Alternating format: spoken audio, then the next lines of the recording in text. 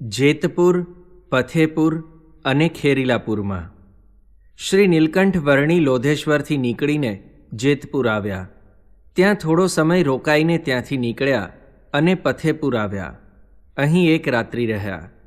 જ્યાં જ્યાં પોતે જતા ત્યાં જો ભિક્ષા મળે તો જ ગ્રહણ કરતા. મુમુક્ષુઓને ઉપદેશ આપી પોતાના સંબંધથી ભવબંધનના બંધ છોડાવતા. પથેપુરથી નીલકંઠ વર્ણી ખેરીલાપુર પધાર્યા.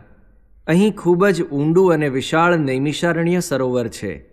આ સ્થળ ખૂબ પ્રાચીન છે. કળિયુગનો પ્રારંભ થતાં ઋષિમુનિઓ બ્રહ્માજીની આજ્ઞાથી અહીં તપ કરવા રહ્યા હતા. સુત પુરાણી અને શૌનક ઋષિ તેમજ બીજા અસંખ્ય ઋષિઓની તપોભૂમિ સમૂહ આ સ્થળ ઇન્દ્રિયોની વૃત્તિઓને કુંઠિત કરે એવું ચમત્કારી છે. વર્ણિન્દ્ર પ્રભુ અહીં પધાર્યા, તેથી ત્યાં તપ કરતા સર્વ ઋષિઓને અતિ આનંદ થયો. પોતાની તપશ્ચર્યાના ફળરૂપે સાક્ષાત ભગવાને પ્રસન્ન થઈ તેમને દર્શન દીધા, તેથી તેઓ કૃતાર્થ થઈ ગયા. વર્ણિન્દ્ર ભગવાનને પણ આ સ્થાનમાં આવી આનંદ થયો. પ્રકૃતિની રમણીયતા અહીં પૂર્ણ ભાવથી ખીલી ઉઠી હતી.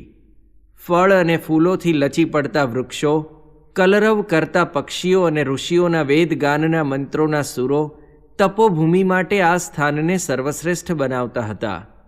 સર્વ ઋષિઓ પોતપોતાના સ્થાનેથી આવી વર્ણિન્દ્ર મહાપ્રભુના ચરણમાં પડી ગયા. તેમના પાદસ્પર્શથી અક્ષરધામના દિવ્ય સુખનો તેમને અનુભવ થયો. સર્વ ઋષિઓએ શ્રીહરિની પત્ર, પુષ્પ અને ફળોથી પૂજા કરી. શ્રીહરિ તેમના ભાવથી પ્રસન્ન થયા અને તેમના ઉપર દ્રષ્ટિ કરી.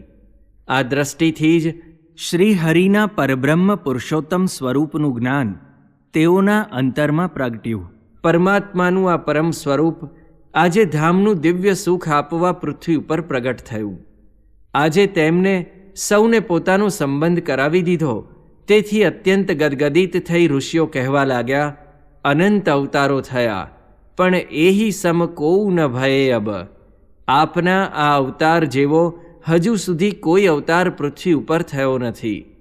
યુગોના તપથી જે જાણવાનું હતું તે સ્વરૂપનું તેમને જ્ઞાન થયું.